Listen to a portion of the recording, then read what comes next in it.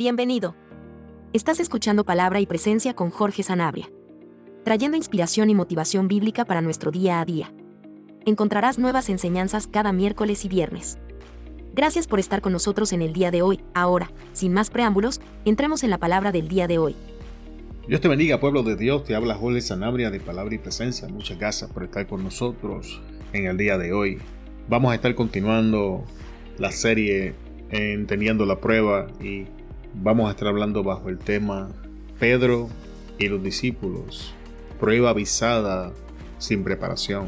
Antes de leer los versículos, vamos a hacer un pequeño resumen de lo que hemos estado enseñando hasta el día de hoy. Así si has perdido alguna de las enseñanzas puedes regresar y las puedes escuchar. En la apertura de la serie hablamos de Daniel y cómo Daniel terminó en el foso de los leones por la envidia de otras personas y qué cosas podemos esperar en una prueba como esa. Después hablamos de Sadrach, Mesach, Abednego y Nabucodonosor y cómo es posible terminar nosotros en un proceso de prueba cuando el pecado de otra persona es manipulado.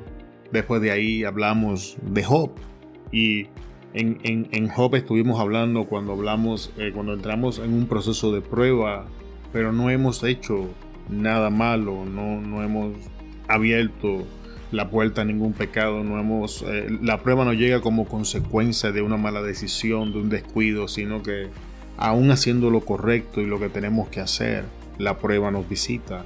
Después de ahí dimos 3 ejemplos en cuando la prueba nos alcanza como resultado de la obediencia, y hablamos cómo Jesús le dice a los discípulos que se monten en la barca y crucen al otro lado, y los discípulos, obedeciendo el mandato, se encontraron con una tormenta en medio del camino, y entonces Jesús llega y camina por encima de las aguas y los alcanza. El segundo ejemplo que presentamos es cuando Jesús le dice a los discípulos, crucemos al otro lado. Él se queda dormido en la barca, y entonces mientras la tormenta los azotaba, parecía como que a él no le importaba lo que estaba aconteciendo. También presentamos a Moisés entre el Mar Rojo y la persecución de Faraón, y ahí explicamos cómo, obedeciendo el mandato del Señor, podemos encontrarnos entre algo imposible delante de nosotros y una persecución detrás de nosotros, y cómo de todos los ejemplos este último nos confrontaba con cosas en nuestro corazón que debíamos de manejar, y que en este caso la prueba era para eso. Y en el día de hoy vamos a estar viendo cuando Jesús habla con los discípulos, les avisa la prueba. Los discípulos no se preparan, no toman el aviso para prepararse, y qué cosas acontecen en la historia en el día de hoy. El texto lo vamos a encontrar en Lucas capítulo 22, versículos 31 al 32. Y con eso vamos a hacer la apertura. Dijo también el Señor: Simón, Simón, mira que Satanás los ha pedido a ustedes para sacudirlos como si fueran trigo. Pero yo he rogado por ti para que no falte la fe. Y tú, cuando te hayas vuelto a mí, ayuda a tus hermanos a permanecer firmes. Vamos a orar, amado hermano, antes de entrar en la enseñanza para hoy. Padre celestial, Dios soberano, Dios bueno, Dios grande, venimos ante tu presencia. Estamos hablando, Señor, de cómo entender un poco mejor la prueba y qué cosas podemos esperar, y tener un mejor entendimiento de por qué tú la permites. Y en el tema para hoy vamos a estar hablando de esos momentos donde tú nos avisas de la prueba. Tu Espíritu Santo nos deja saber que la prueba viene, sin embargo nosotros no nos preparamos. Y te pedimos, Padre, en el nombre poderoso de tu Hijo, nuestro Señor Jesucristo, que en esta hora tu Espíritu Santo traiga revelación y use mi boca para traernos palabra y ayudarnos a entender este proceso y qué cosas esperar y cómo manejarlas, y sobre todo cómo nosotros en el día de hoy tomar ventaja de este conocimiento que tú has puesto en las Escrituras. Yo te pido perdón, Señor, porque en el día de hoy sé que te he ofendido, sé que te he fallado, Señor. Tú eres un Dios santo, y pido perdón por mis ofensas, por mis pecados. Pido, Espíritu Santo, que me uses, que bendiga a los hermanos que van a escuchar la enseñanza, que donde quiera que sea que se encuentren, tu presencia los alcance y que ellos tengan mentes abiertas para que puedan comprender lo que estamos enseñando, oídos abiertos para que tu palabra, Señor, los alcance, un corazón receptivo para que ellos puedan recibir la palabra, Señor. Sabemos que tu palabra no retorna a ti vacía, sino que hace aquello para lo cual tú la has enviado. Te pedimos, Señor, que en el día de hoy escamas caigan de nuestros ojos y podamos ver la verdad que tu palabra nos enseña, Señor. Antes que tu palabra fluya, antes que todo acontezca, te damos la gloria, la alabanza, la adoración a ti, porque sabemos que es tuya, Señor. Yo reconozco que nada soy, que nada tengo, que nada puedo. Soy polvo, Señor. No tan solamente soy polvo, soy malo, Señor, vendido al pecado, pero gracias a Jesús estamos en paz contigo, Señor. A ti te adoramos y bendecimos en el nombre de Jesús. Amén, amén, amén. Bien, amado, vamos a repetir el tema para el día de hoy. Prueba avisada y sin preparación. Una vez más, el versículo lo vamos a encontrar en Lucas capítulo 22, versículos 31 al 32. Dijo también el Señor: Simón, Simón, mira que Satanás los ha pedido a ustedes para sacudirlos como si fueran trigo. Pero yo he rogado por ti para que no te falte la fe, y tú, cuando te hayas vuelto a mí, ayuda a tus hermanos a permanecer firmes. Vamos a analizar este versículo. Y vamos a ver qué información el Señor nos está dando en este verso. Lo primero que acontece es que vemos que Jesús estaba haciendo una declaración de que Satanás los había pedido para sacudirlos como si fueran trigos. Hemos visto esto antes en esta serie. Cuando hablamos en el libro de Job, cuando hablamos de cuando la prueba nos alcanza sin hacer nada malo, vimos una conversación entre Dios y Satanás, y en aquel caso en específico fue Dios quien redirige la atención de Satanás hacia Job. Sin embargo, en el día de hoy ha habido una conversación entre Dios y Satanás, pero en este caso Satanás ha pedido tener acceso a la vida de los discípulos para ponerlos en la prueba, y Dios el Padre ha autorizado ese proceso. Así que si regresamos al libro de Job y leemos, vamos a entender de que las limitaciones de la prueba estaban establecidas por el Padre Celestial sentado en el trono mientras tenía la conversación con Satanás. Y aquí estamos viendo algo parecido. Sabemos que Satanás los ha pedido y Jesús usa la ilustración para sacudirlos como el trigo.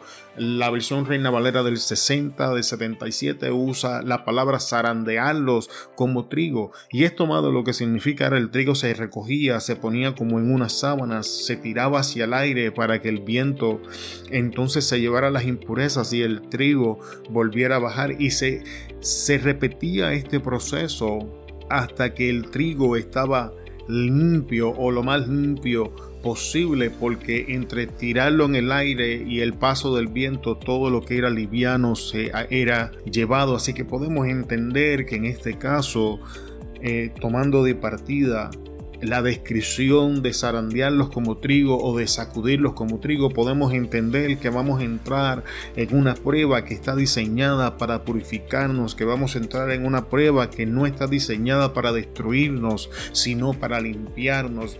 Este es lo segundo que aprendemos de este proceso en el que vamos a estar hablando hoy. Lo primero que aprendemos es que Satanás pide permiso y que los límites están establecidos, que la intención o la razón por la que Dios permite este proceso es para limpiarnos, es para que el viento se lleve toda impureza y solamente permanezca el trigo. También aprendemos en el versículo 32, pero yo he rogado por ti. Esto lo vemos más adelante cuando el apóstol escribe que él está sentado a la diestra del Padre intercediendo por nosotros. Pues aquí lo tenemos, y Jesús dice que está intercediendo diciendo específicamente por Pedro, por el proceso que Pedro personalmente iba a pasar, que era diferente al del resto de los discípulos, lo que nos enseña también, amado hermano, que aun cuando dos personas están pasando por este proceso, recordemos que en el principio Jesús les dice que Satanás los había pedido a todos, a los discípulos, para zarandearlos. Sin embargo, Simón iba a pasar un proceso un poco diferente al resto de los discípulos, y más adelante nos vamos a dar cuenta qué significa esto. Y Jesús ha dicho, para que tu fe no te falte, o para que no te falte la fe, porque Pedro iba a estar pasando un proceso intenso, y entonces era necesario que su fe se mantuviera para que pudiese regresar. No tan solamente eso, cuando llegamos a la parte final de este primer versículo, leemos: y tú, cuando te hayas vuelto a mí. Vamos a hacer una pausa. Significaba que el maestro le estaba diciendo a Pedro que iba a fracasar en la prueba. No tan solamente que iba a fracasar en la prueba, que como resultado del fracaso en la prueba le iba a dar la espalda, iba a caminar de espaldas al Señor, porque Jesús le está diciendo: y tú, cuando te hayas vuelto, lo que significa que hay, por un periodo de tiempo hay una ausencia. Y esto es importante que lo tengamos presente cuando entramos en esta clase de procesos, estos procesos intensos, que Jesús está intercediendo por nosotros, y que nuestra fe puede ser aplastada, puede ser sacudida, y por ende nuestra relación con Dios definitivamente va a menguar hasta el punto que consideremos, o en el caso de Pedro, regresemos atrás. Y entonces también recibimos información un poco más íntima de lo que Jesús tenía planes con el apóstol Pedro. Y tú, cuando te hayas vuelto a mí, ayuda a tus hermanos a permanecer firmes. Sabemos, amado hermano, que Pedro estaba destinado a convertirse en el primer pastor de la iglesia primitiva. Y aquí vemos a Jesús dejándole saber: aun cuando vas a fracasar en esta prueba, aun cuando sé que vas a estar ausente por un periodo de tiempo, quiero que tú sepas que tengo un propósito contigo, que tengo un plan contigo, y cuando te regreses, ayuda a tus hermanos a permanecer en la fe. Básicamente le dijo: pastoréalos. Así que podemos esperar que cuando entramos en este proceso donde vamos a ser purificados, donde vamos a ser zarandeados, donde vamos a ser sacudidos como el trigo, recibamos un poco de información, o se haga un poco más claro el propósito de Dios para nuestras vidas. Así que, como vemos, esto es un proceso que es necesario, aunque es duro y es difícil. Es un proceso necesario para nosotros, amado hermano. Pero entonces vamos a pasar al próximo punto. ¿Cuál es nuestra reacción, o cómo reacciona Pedro ante las palabras de Jesús? En Lucas 22, 33 al 34 encontramos: Simón le dijo: Señor, estoy dispuesto a ir contigo a la cárcel y hasta morir contigo.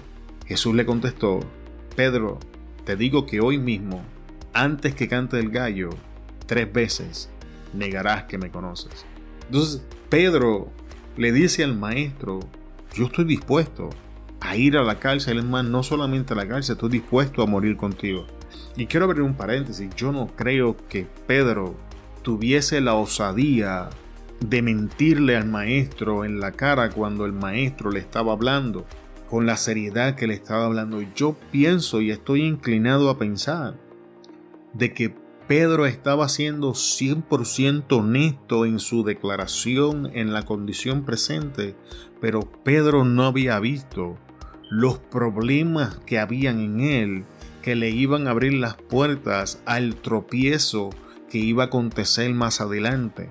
Lo que nos dice, amado hermano, que muchas veces nosotros podemos hacer declaraciones genuinas que no podemos mantener ni podemos sostener cuando llega el momento, no porque realmente estuviésemos mintiendo sobre lo que fuese que estábamos hablando, declarando y o prometiendo, sino porque no estábamos conscientes de debilidades, de situaciones en nuestro interior, en la condición de nuestro corazón, que le iban a abrir la puerta a tropiezos que iban a servir de impedimento para que nosotros cumpliésemos aquellos con lo que nos habíamos comprometido, o para que cumpliésemos aquellos que habíamos prometido. Y entonces aquí Jesús no lo confronta con la realidad y le dice, Jesús le contestó, Pedro, te digo que yo mismo, antes que cante el gallo, tres veces negarás que me conoces. Entonces Jesús lo confronta con la realidad. En otro de los evangelios encontramos que en esta conversación Pedro todavía lo cuestiona, pero entonces Jesús abre las puertas del futuro y le deja saber, Pedro, te voy a decir lo que vas a hacer para que cuando lo hagas sepas que yo soy.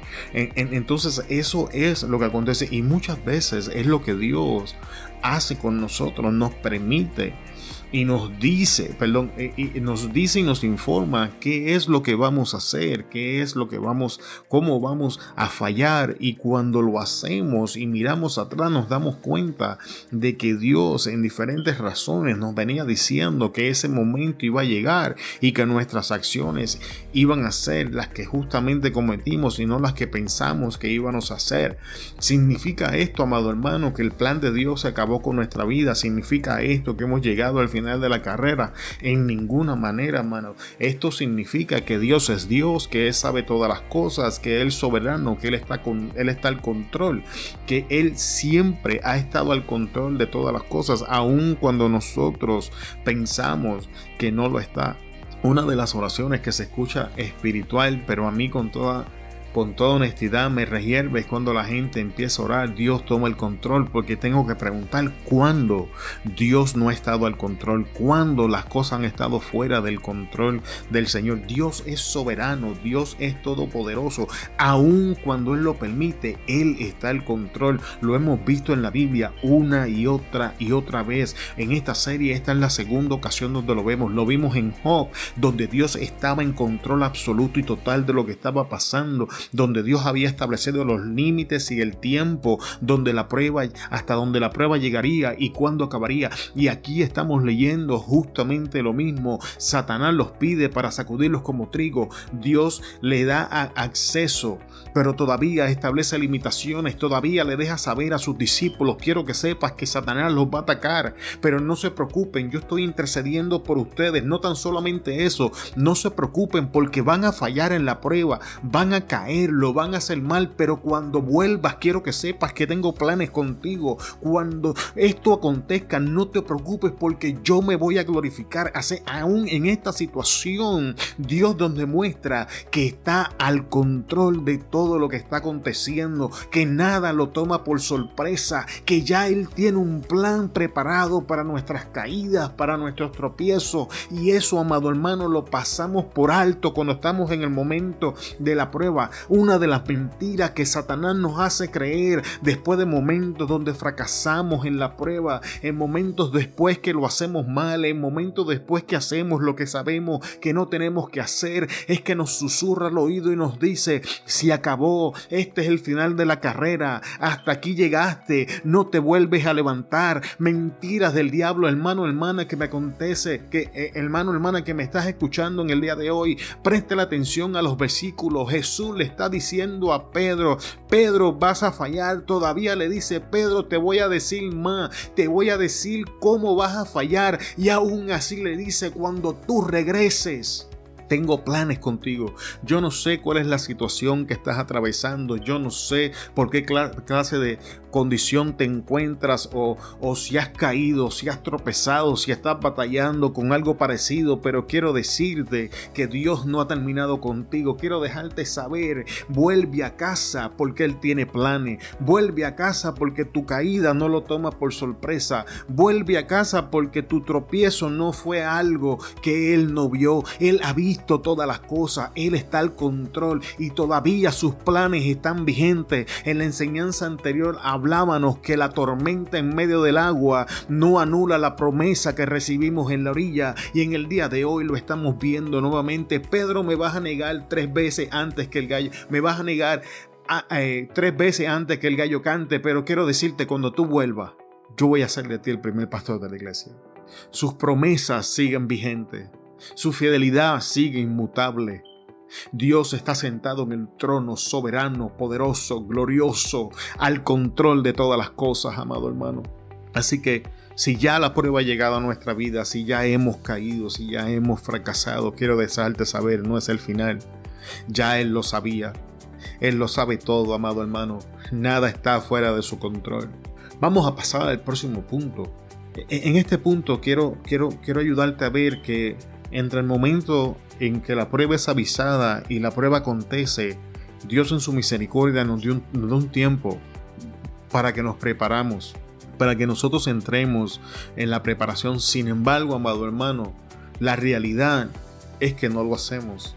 La realidad es que aún cuando Dios nos da el aviso, como estamos en la situación que Pedro se encuentra, que pensamos que vamos a reaccionar de una manera cuando llegue la circunstancia, porque en nuestra ignorancia no podemos ver estas cosas escondidas en nuestro corazón que Dios está viendo y que Dios nos está avisando, porque Dios sabe que está ahí. Muchas veces nosotros pensamos que nos conocemos mejor de lo que nuestro Creador nos conoce a nosotros mismos, y entonces hacemos justamente lo mismo que hacen los discípulos. Vamos a leer el versículo Lucas 22:40. La instrucción, escucha.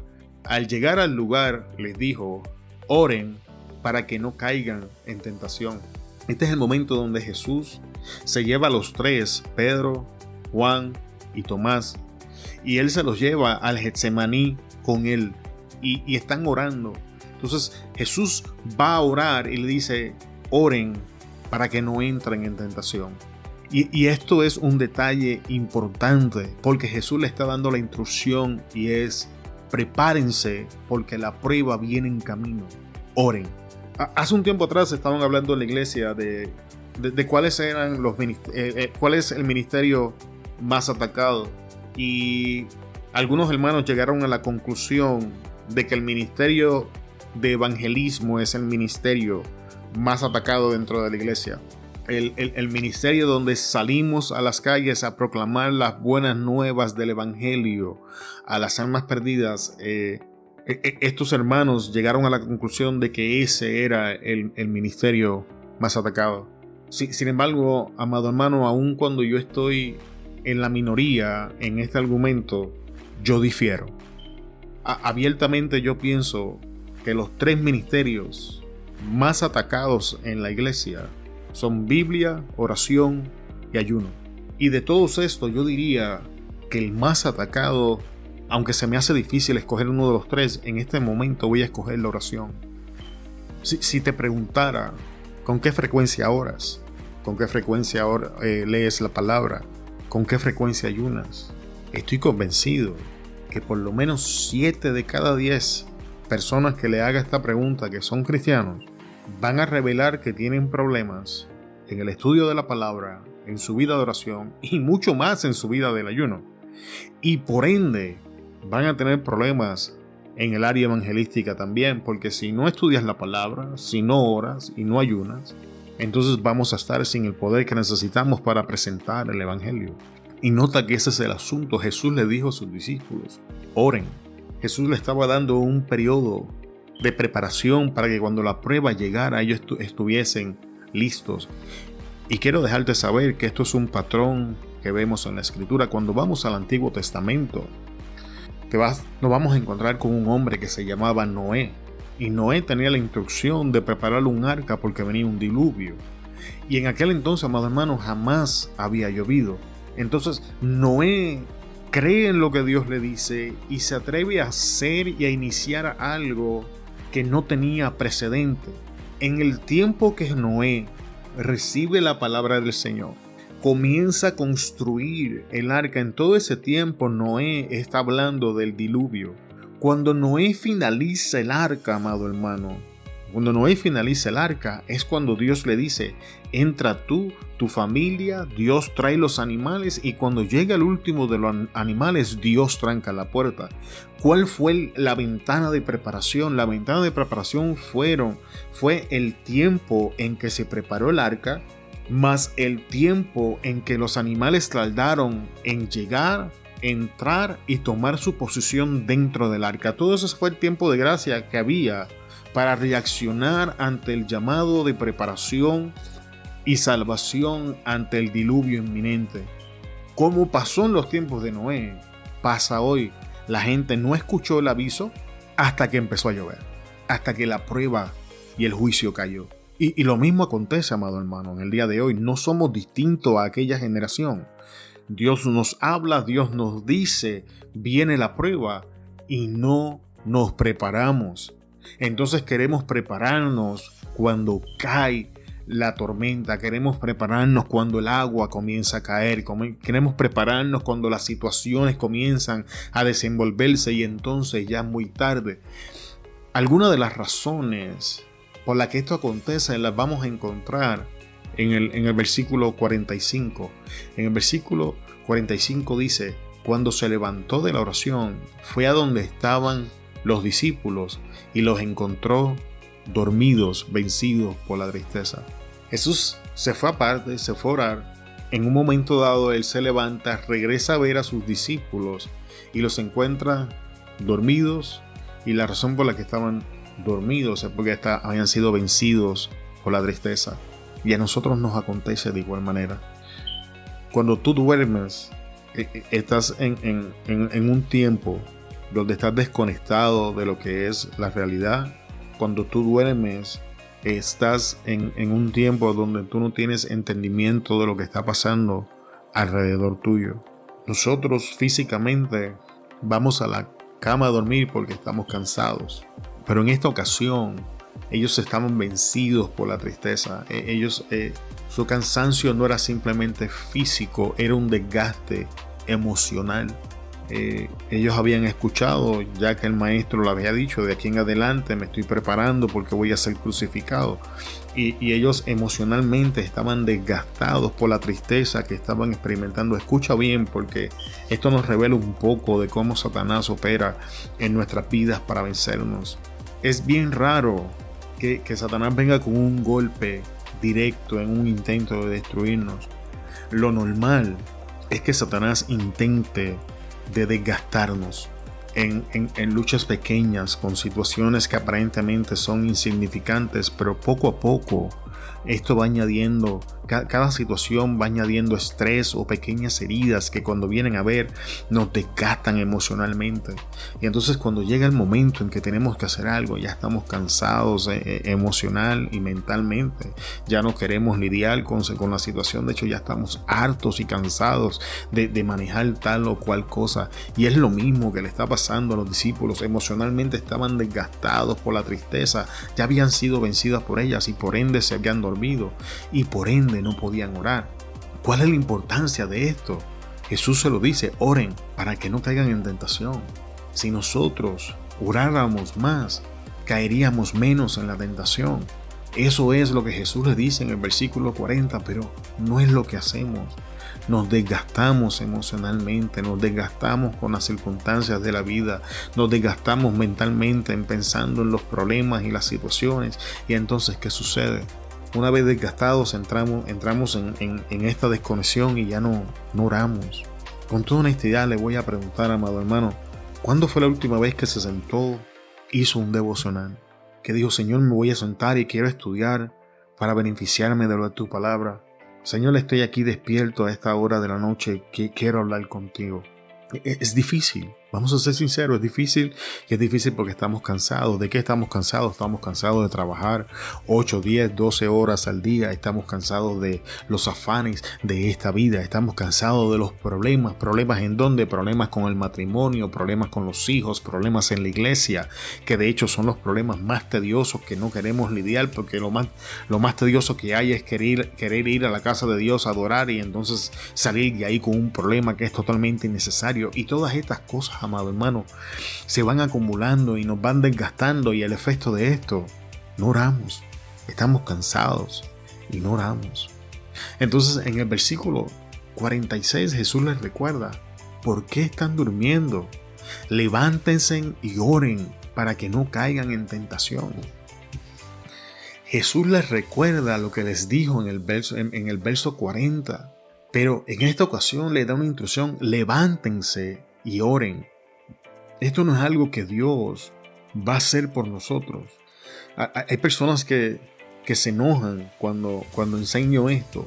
Hay cosas que te corresponden a ti, amado hermano, amada hermana, que Dios no va a hacer. Tenemos que entender los parámetros de nuestra relación con Dios. Nosotros no podemos hacer lo que le corresponde a Dios, pero Dios definitivamente no va a hacer lo que nos corresponde a nosotros. Y cuando vamos al Antiguo Testamento, encontramos muchas promesas con cláusulas o condiciones. Un ejemplo de ella: si mi pueblo, sobre el cual mi nombre es invocado, se humillare, se arrepentiese y se apartare de sus malos caminos. Ahí tienes la cláusula. O sea, él no niega que es su pueblo, pero le dice a su pueblo: pueblo mío, que invocas mi nombre, si te humillas, si te arrepientes, si te apartas de tus malos caminos, entonces yo. Entonces, lo que sea que Dios se está preparando para hacer, estaba condicionado a esa parte. Y Dios no iba a hacer su parte hasta que el pueblo no hiciera la suya. Escucharé desde los cielos, sanaré la tierra. Y continúa haciendo estas promesas. Esto lo encontramos en Crónicas. No recuerdo si es primera o segunda, pero en Crónicas lo vas a encontrar. Es la contestación de Dios a la oración de uno de los reyes.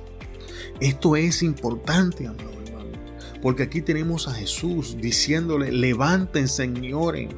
Jesús no los levanta para que ellos oren. Jesús les dice: ustedes tienen que levantarse y orar.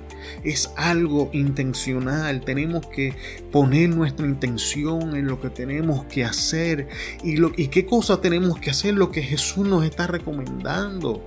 Tenemos que levantarnos de la situación. Más adelante en el libro de los Hebreos leemos: levántese en las rodillas dobladas o paralizadas. Pero estas son cosas que nosotros tenemos que hacer, tenemos que vivir, amado hermano, intencionalmente. Creo que es en Proverbio, dice: el que mira el viento no siembra. Ese momento perfecto que muchas veces estamos esperando para hacer las cosas que Dios tiene en nuestro corazón no van a llegar. Tenemos que levantarnos y hacerlas hoy. Tenemos que levantarnos y decir: voy a orar, voy a estudiar la Biblia, voy a sacar unas horas para ayunar, voy a ser intencional en estas cosas, voy a ser intencional preparándome para los eventos que pueden venir a mi vida. En Mateo 26, verso 41, leemos: manténganse despiertos y oren para que no caigan en tentación. Escucha esto: ustedes tienen buena voluntad, pero son débiles. Y esto confirma lo que hemos estado enseñando, que nuestras intenciones no son suficientes, que nuestros deseos de hacer tal o cual cosa no son suficientes. ¿Por qué? Porque somos débiles. Tenemos la intención de hacer el bien, pero tenemos la tendencia de terminar haciendo mal. Tenemos la intención de ir a motivar y levantar al hermano o la hermana que está pasando en prueba, y al final de nuestra conversación lo que hemos hecho es juzgarlo y condenarlo. Tenemos la intención, tenemos la buena voluntad de hacer lo que es correcto, pero somos débiles. La solución, el maestro dice en el versículo 41 del capítulo 26 de Mateo: velen y oren para que no cedan ante la tentación, porque el espíritu está dispuesto, pero el cuerpo es débil. Esta es la nueva traducción viviente.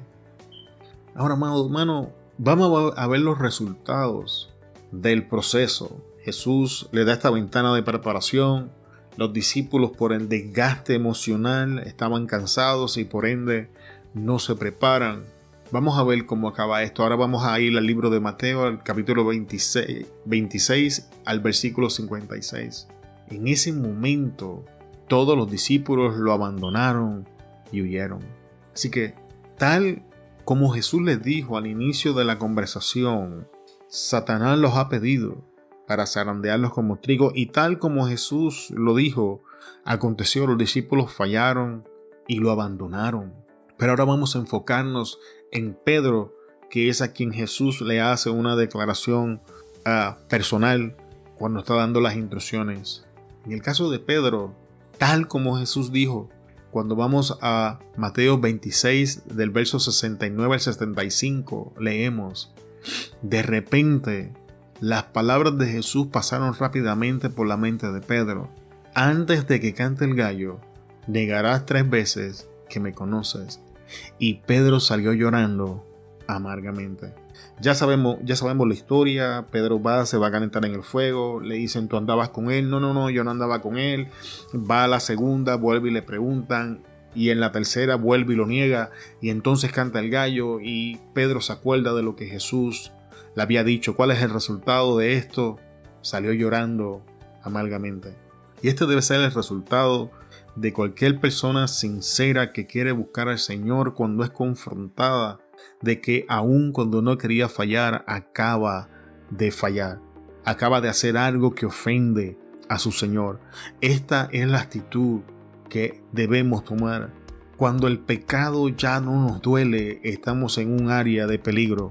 Cuando nuestras ofensas ya no nos duelen, estamos entrando en un área de insensibilidad que tenemos que prestarle atención intensiva. Pero en este caso, Pedro salió llorando amargamente. Sin embargo, también debemos mantener el balance y no permitir que pase como pasó con Pedro. Pedro se desmoronó, Pedro se cayó, Pedro fue totalmente destruido en la situación que estaba pasando. Vamos a ver qué sucede. En cada una de las enseñanzas he intentado de traer un pequeño punto donde hablamos qué es justicia en medio de ese proceso, y hemos definido justicia como sea hemos definido justicia en esta serie como sea lo que sea que Dios determina que es justo para la situación, sea lo que sea que Dios determine hacer en la situación, eso es lo que es justo. En el libro de Daniel, la justicia fue retribución para las personas que lo pusieron en el horno. Para Sadrach, Mesach y Abednego, justicia fue que Nabucodonosor se convierte, glorifica a Dios y ellos son exaltados a una nueva posición. En el libro de Job, justicia fue cuando Dios determina revelarse con mayor claridad a la vida de Job, confrontar a los amigos de Job con su mala revelación y mala teología que tenían, llevarlos hasta donde Job para que le pidieran perdón, que Job los perdonara y devolverle a Job mucho más de lo que había perdido. En el caso de los discípulos en medio de la tormenta, justicia fue cuando Jesús comienza a caminar por encima de las mismas aguas que estaban azotando la barca y los lleva hasta el próximo lado. En el caso de cuando Jesús estaba dormido, justicia fue cuando Jesús se levanta, le dice a los medios naturales que tienen que callarse y enmudecer, y entonces confrontar a sus discípulos con quién es Él. En el caso de Moisés y Faraón y el Mar Rojo, justicia fue cuando Dios le dice: ¿qué haces? Levanta la vara, haz uso de lo que yo te he dado y haz posible lo imposible porque yo estoy contigo. Y al mismo tiempo traer retribución sobre la nación de Egipto. En el caso de hoy, justicia, amado hermano, es cuando Jesús restaura a Pedro y lo envía. Pero lo primero, cuando vamos a Juan 21:3, leemos una situación donde estamos devastados y listos para volver atrás. Simón Pedro le dijo: voy a pescar. Ellos le dijeron: vamos, nosotros también contigo. Fueron y entraron en una barca y aquella noche no pescaron nada. Es importante, amado hermano, que entendamos que la devastación en la vida de Pedro fue a tal punto que Pedro dijo: voy a ir a hacer lo que yo hacía antes de que Jesús llegara a mi vida. En el caso particular de Pedro era un pescador. Así que Pedro dice: me voy a ir a pescar. Y este no es el problema. El problema es que como Pedro había sido establecido como líder, en su decisión ahora los otros discípulos le siguen. Y tenemos que tener cuidado, sobre todo si es como el caso de Pedro y Jesús nos ha dado liderato, porque nuestras decisiones no solamente nos van a mover a nosotros, van a mover a las personas que Jesús ha puesto bajo nuestra autoridad. Pero esa es una enseñanza para otro día. Pero quiero que usted vea que uno de los primeros pensamientos de una persona que ha sido devastada por su pecado es volver a ser lo que fuese que hacía antes de Jesús. Una de las cosas que vamos a tener que enfrentar y que manejar en medio de este proceso es ese pensamiento de, pues ya lo hice mal, ya no hay esperanza, me voy a regresar a lo que fuese que yo hacía. Y es importante que tengamos eso en mente porque es una mentira que no debemos comprar del enemigo. Yo permanecí 13 años bajo el ciclo de la drogadicción por este mismo razonamiento. En mi caso particular, como yo comencé el uso de las drogas de joven y pues comencé en la pornografía como a los 12 años y a tener sexo más o menos a la misma edad, mi área más débil era mi área sexual, así que tan pronto yo fornicaba, mi próximo pensamiento era, bueno, pues ya pequé, ya voy a ir a meterme drogas. Y eso fue lo mismo, casi el mismo proceso por 13 años. Y cada vez que quedaba devastado, llegaba ese razonamiento. Voy a volver atrás a hacer lo que hacía antes de Jesús. Y al igual que a Pedro y los discípulos, me pasaba a mí. No prosperamos, no obtenemos los frutos que pensamos que estamos buscando. Ellos fueron a pescar, que era lo que se dedicaban antes de Jesús. Sin embargo, no habían pescado absolutamente nada. Muchas veces, amado hermano, tenemos que tener en cuenta que las cosas que dejamos atrás no van a ser tan productivas si las volvemos a ejecutar en nuestra vida si Dios no está en el proceso. Por eso era que el salmista decía, si Jehová no edifica la casa, en vano trabajan los que la edifican. Pero, continuando con la enseñanza, en Juan 21:4 leemos, cuando ya iba amaneciendo, se presentó Jesús en la playa, mas los discípulos no sabían que era Jesús. ¿Qué hacemos, amado hermano, cuando Jesús está presente pero no le conocemos? Jesús llega a la playa, hace acto de presencia en medio de las circunstancias mientras los discípulos habían vuelto a hacer lo que ellos sabían hacer antes de Jesús. Pero Jesús llega hasta aquel lugar, Jesús llega hasta aquella situación, pero no la conocen los discípulos. Y esta no es la primera vez que esto pasa. Esto ha pasado antes. Esto le pasa a los discípulos que iban caminando hacia Emaús. En Mateo 24, versículos 15 al 16 leemos. Sucedió que mientras hablaban y discutían entre sí, Jesús mismo se acercó y caminaba con ellos. Verso 16. Mas los ojos de ellos estaban velados para que no le conociesen. Jesús camina con los discípulos, camino a Emaús. Jesús habla con ellos, Jesús le abre la escritura, pero ellos no saben que es Jesús. Y es probable que en medio de nuestras circunstancias, en medio de lo que estamos pasando, Jesús esté presente, Jesús nos esté ministrando y nosotros no lo reconozcamos. Tenemos que tener presentes que Jesús es fiel. Él no nos deja, Él no nos abandona. Su promesa es, yo estaré con ustedes hasta el fin del mundo. Pero vamos a seguir. En Juan 25, del versículo 5 al 6, leemos, y les dijo, hijitos, ¿tenéis algo de comer? Le respondieron, no. Él les dijo, echad la red a la derecha de la barca y hallaréis. Entonces la echaron y ya no la podían sacar por la gran cantidad de peces. Esto, voy a usar la palabra déjà vu. Hemos visto esto antes.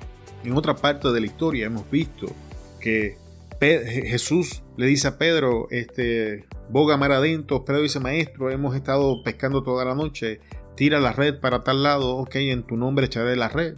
Y no podían sacarla por la cantidad de peces que tenían. Y aquí tenemos una circunstancia, una situación parecida que Jesús utiliza para llamar su atención y dejarle saber que era Él. Vamos a prestarle atención a las situaciones alrededor de nuestra vida.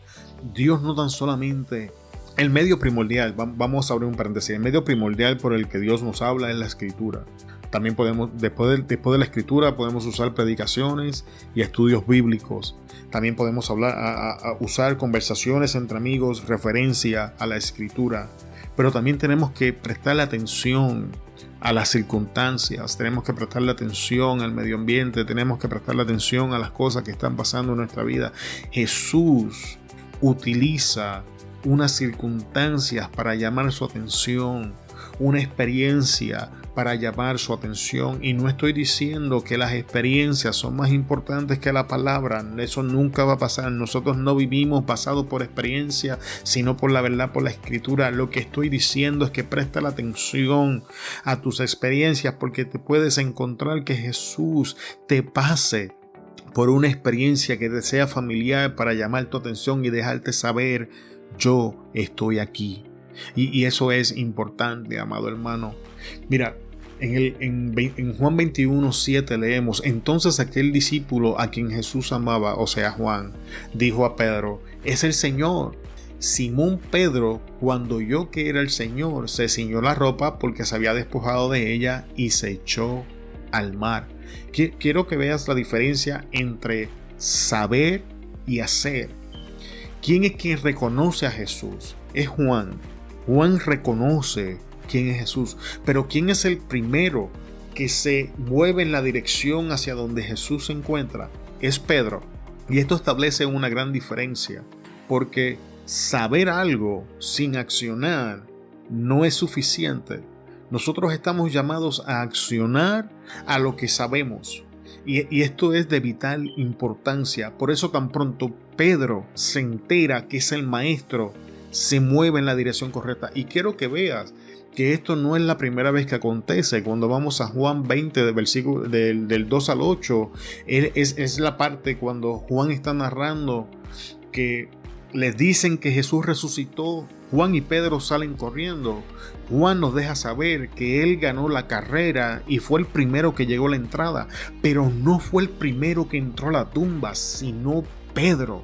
Pedro fue el primero que entra a la tumba, porque no es lo mismo saber y hacer. La revelación no está solamente para el que sabe, sino para el que hace. Por eso es que la Biblia nos dice: sed hacedores de la palabra.